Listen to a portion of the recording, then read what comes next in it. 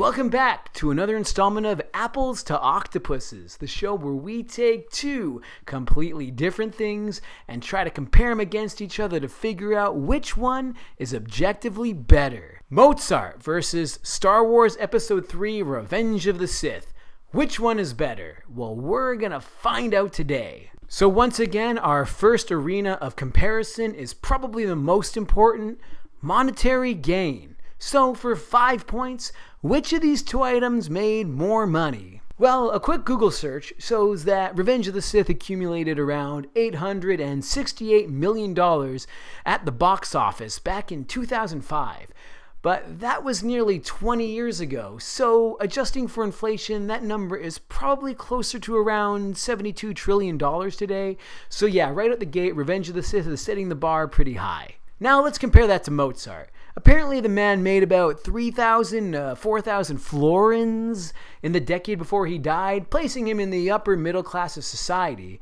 But he was also really bad with his money and had a lot of debt. So, without getting too technical, I think it's safe to say that Revenge of the Sith wins this round. No.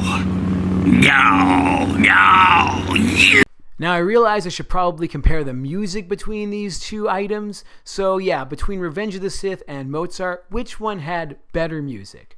Now, as somebody who actually spent a lot of time listening to Mozart as a kid on long car rides, I can say with some objective authority that his stuff kind of sucks ass. Like, let's take a listen right now.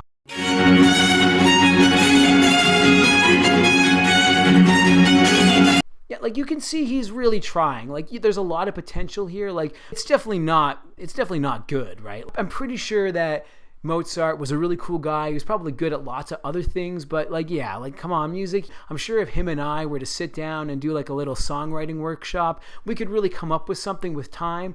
But yeah, I think it's fair to say I don't think the guy could write a banger to save his life, honestly. Now, on the other hand, Revenge of the Sith, its music was composed by John Williams. Let's take a listen to some of his stuff.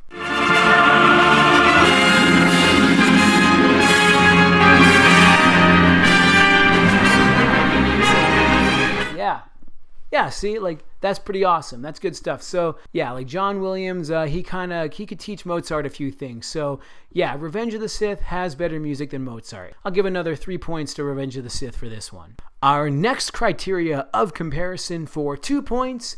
Which of these items had more flips and spins? If you ask any Revenge of the Sith fan why they think it's the best of the Star Wars films, their answer almost always boils down to the fact that the movie has the characters that do the most flips and spins in the whole series. And it's true, Revenge of the Sith has so many flips and spins that some mathematicians have devoted their entire careers to calculating the exact number of them. Mozart, on the other hand, wasn't particularly known for his athletic prowess.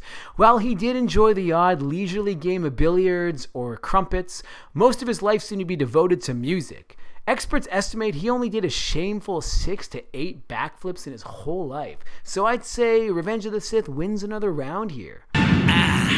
Next, we're going to compare the fan bases of today's two competitors. So, for 50 points, between Mozart and Revenge of the Sith, which one had the least shitty fans? Now, Mozart fans are pretty much all dead, or they probably should be. Anyone who's still alive and claims to enjoy Mozart is just saying that to get a discount at IHOP. However, dead people usually aren't very annoying. They don't tend to make insufferable YouTube videos or harass people on social media, so on the whole, Mozart fans aren't so bad. Revenge of the Sith fans, however, are all fucking totalitarian fascists.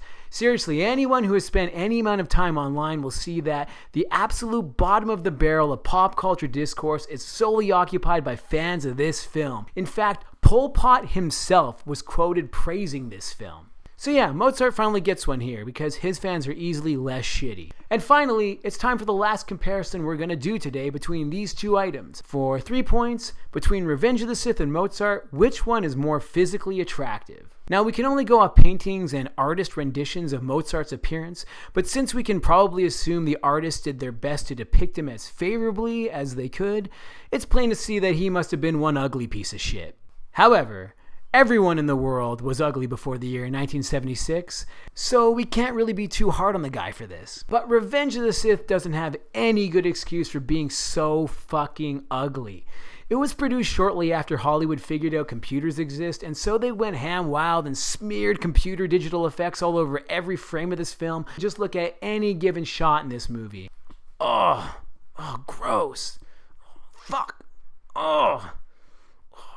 No! Everything has this cartoonish sheen to it, and nothing looks like it's actually on the set among the pitiable actors. Honestly, I'd pin the early 2000s as probably the ugliest time for cinema in general, and Revenge of the Sith would be my Exhibit A. So, Mozart wins another round, and the competition with well over 60 points total, I think. It's official. A late 18th century composer is objectively better than a Star Wars film. This is not my opinion. I am just speaking the truth. Just giving you the facts. Anyways, I guess I'll catch you next time on Apples to Octopuses. I'm not sure how many of these I'm going to make because I think the joke's going to get old pretty fucking fast.